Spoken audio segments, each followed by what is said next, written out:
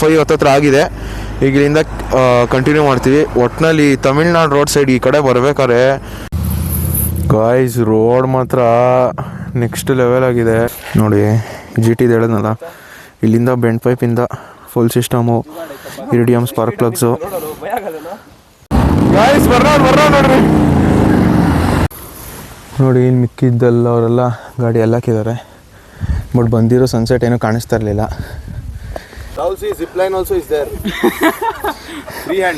ನೋಡಿ ಈ ಸ್ಪಾಟಲ್ಲಿ ಹಾಕೋರೆ. ಈಗ ಇಳಿಸ್ಬೇಕಾರೆ ಅಪ್ಪ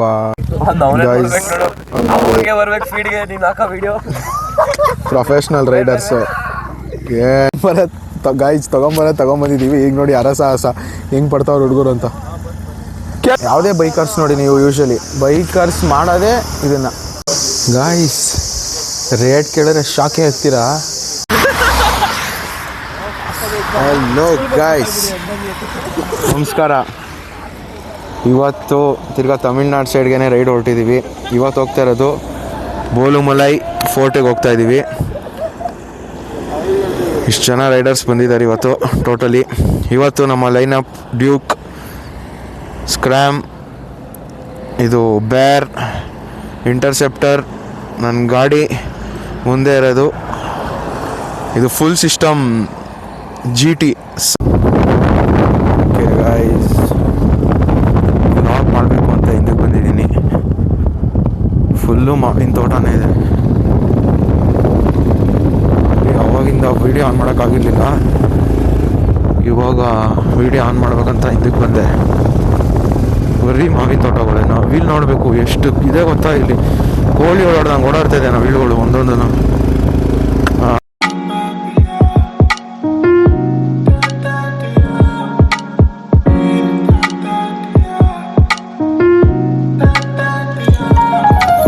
ಗಾಯ್ಸ್ ರೋಡ್ ಮಾತ್ರ ನೆಕ್ಸ್ಟ್ ಲೆವೆಲ್ ಆಗಿದೆ. ಈಗ ಅವಾಗಲೇ ಒಂದು 390 ಹೋಯ್ತು ಅಡ್ವೆಂಚರು. ಏನು ಆರಿಸ್ಕೊಂಡೆ ಏನು ಭಾರಿ ಆಗೋದ ಗೊತ್ತಾ. ನೋಡಿ ನನ್ನ ಗಾಡಿ ಬಂತು. ವ್ಯೂ ಮಾತ್ರ ನೆಕ್ಸ್ಟ್ ಲೆವೆಲ್ ಆಗಿದೆ. ರೋಡ್ ಮುಂದೆ ಕ್ರೇಜಿ. ಇನ್ನು 2.5 ಕಿಲೋಮೀಟ್ರ್ ಇದೆಯಂತೆ. ಇದೇ ಥರ ಆಫ್ ರೋಡ್ ಪ್ಯಾಚು. ನನ್ನ ಗಾಡೀಲಿ ಗ್ರೌಂಡ್ ಕ್ಲಿಯರೆನ್ಸ್ ನೋಡಿ ಎಷ್ಟು ಕೆಳಗೈತೆ. ಆ ಗಾಡೀಲೆಲ್ಲ ಆರಾಮಾಗಿ ಹೋಗ್ಬೋದು. GT ಹೇಳೋದಲ್ಲ, ಇಲ್ಲಿಂದ ಬೆಂಡ್ ಪೈಪಿಂದ ಫುಲ್ ಸಿಸ್ಟಮು, ಇರಿಡಿಯಮ್ ಸ್ಪಾರ್ಕ್ ಪ್ಲಗ್ಸು. ಮಾಡ್ತೀನಿ ಹೆಂಗೆ ಬರೋದು ಸೌಂಡು.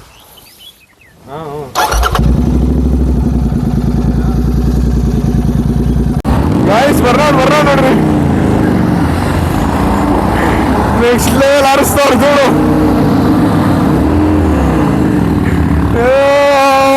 ಕ್ರೇಜಿ. ಇವನಂತೂ ಹಳ್ಳನೇ ಮಾಡ್ಬಿಟ್ಟ. ಇವನು ಹಳ್ಳ ಬಿದ್ದೈತೆ, ಇವನು ಹಳ್ಳ ಬಿತ್ತು, ಇವನು ಹಳ್ಳ ಬಿದ್ದುಬಿಟ್ಟೈತೆ. ಇವನ್ ಟಯರು ಮಾಡ್ಬಿಟ್ಟ ನೋವು ಇವನು. ಓಕೆ ಗಾಯ್ಸ್ ನೋಡಿ ಬಂದಿದ್ದೀವಿ.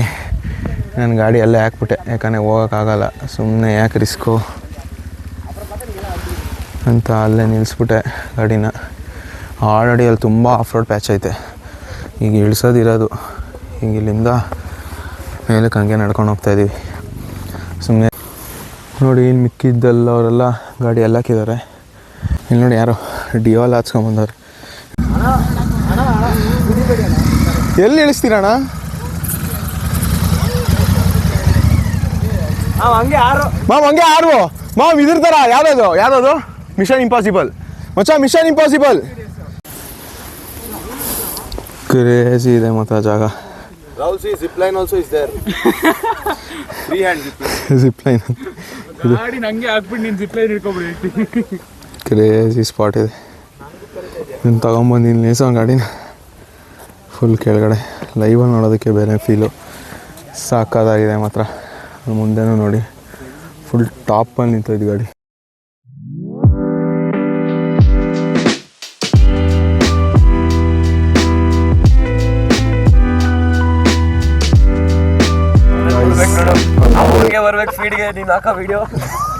ಪ್ರೊಫೆಷ್ನಲ್ ರೈಡರ್ಸು ಏನು ಫೋಟೋ ಶೂಟ್ ಮಾಡಿಸ್ತಾವ್ರು ನೋಡಿ. ಈ ಬೆಟ್ಟ ತುದಿ ಮೇಲೆ ಬಂದು ಗಾಡಿ ನಾಲ್ ನೋಡಿ ಸಿಂಗಲ್ ಸೀಟ್ ಇದೆ. ಆ ಸಿಂಗಲ್ ಸೀಟ್ ಒಳಗೆ ಆ ಬ್ಯಾಗ್ನಲ್ಲಿ ಹಾಕ್ಕೊಂಡ್ಬಿಟ್ಟಿರ್ತಾನೆ.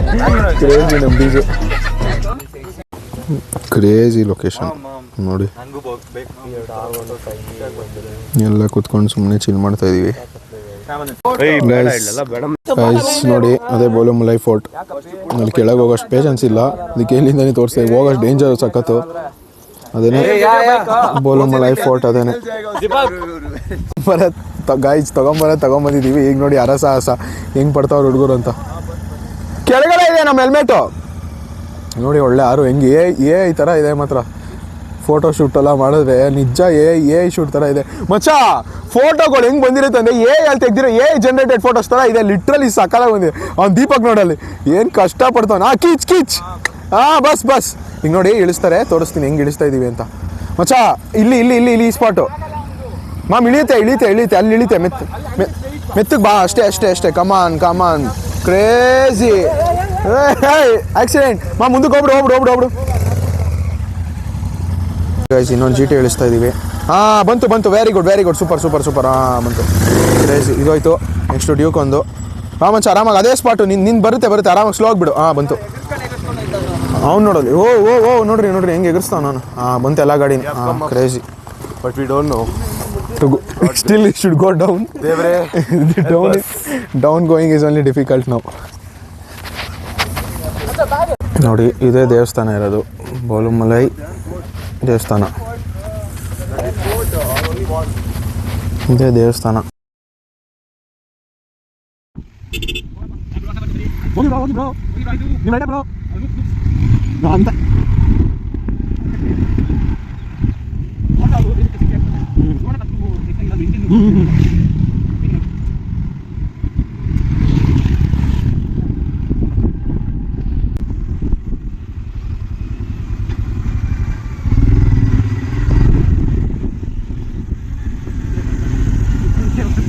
ಇನ್ನೊಂದು ಗಾಡಿ ಬಂತು ನೋಡಿ. ಈಗ ಹೆಂಗೆ ಆರಿಸ್ತಾನೆ ಗಾಡಿನ. ಸೀರಿಯಸ್ ಆಗಿ ಮಚ್ಚ. ನಿಜವಾಗ್ಲೂ GT ಫುಲ್ಲೆಸ್ಟಾಗಿ ಯೂಸ್ ಮಾಡಿರೋ ನಾನು ನೋಡಿರೋದ್ರಲ್ಲಿ ಇವನೊಬ್ಬ. ಬಿಟ್ರೆ ಧ್ಯಾನ. ಆರಾಮ್.